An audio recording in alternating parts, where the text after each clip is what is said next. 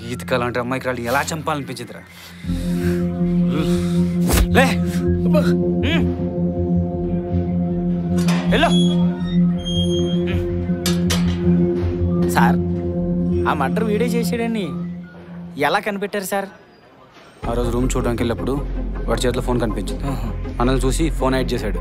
రాహుల్ని జాబ్లో తీసేసాక courier బాయ్గా part time job చేస్తున్నాడు. గీత్కి dead body కూడా కొరియర్ బాయ్ బ్యాగ్లోనే దొరికింది. అక్కడ పనిచేస్తున్న వాచ్మ్యాన్ డెడ్ బాడీని పడేయడం చూసి పోలీసులకి ఇన్ఫార్మ్ చేశాడు. ఆ వాచ్మ్యాన్ చెప్పిన హంతకుడి యొక్క పోలికలను చూస్తే రాహుల్తో ఖచ్చితంగా మ్యాచ్ అయ్యాయి. రాహుల్ ఇంటికి వెళ్ళినప్పుడు నేను 3 థింగ్స్ నోట్ చేశాను.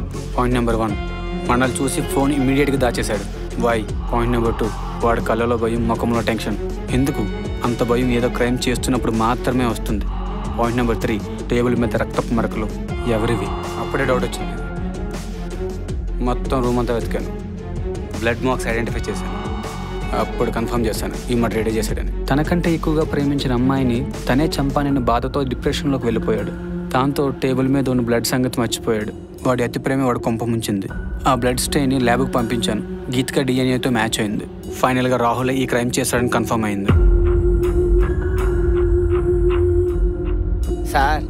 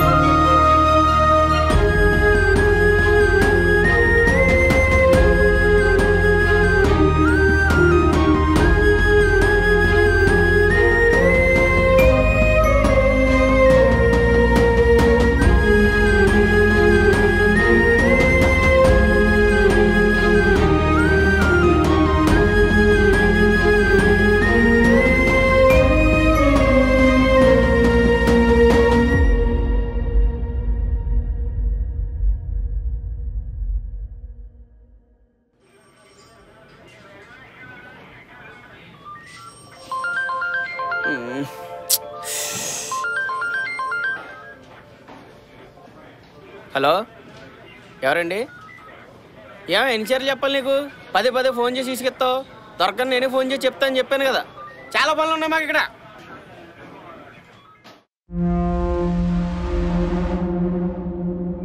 హలో, ఏమండి? నేను రాముని. అదే మొన్న వచ్చాం కదండి సైట్ గురించి మాట్లాడడానికి. చూసాం కదా ఒకటి. సరే అండి, అది మనం తీసుకుందాం అండి. ఆ రిజిస్ట్రేషన్ ఏర్పాట్లు అవి చేయండి, నేను వస్తున్నాను. సరే అండి. అంత దూరం వద్దండి, మనం దగ్గరలోనే చేసుకుందాం అని చెప్పాం కదా. ముందు రిజిస్ట్రేషన్ ఏర్పాట్లు అన్నీ మీరు చేయండి. ఏమంటే అంతానికి పెట్టేశారు? డబ్బుల గురించి ఏమన్నా ఆలోచిస్తున్నారేంటి మీరు? ముందు ఆ ఏర్పాట్లు ఏవో చూడండి.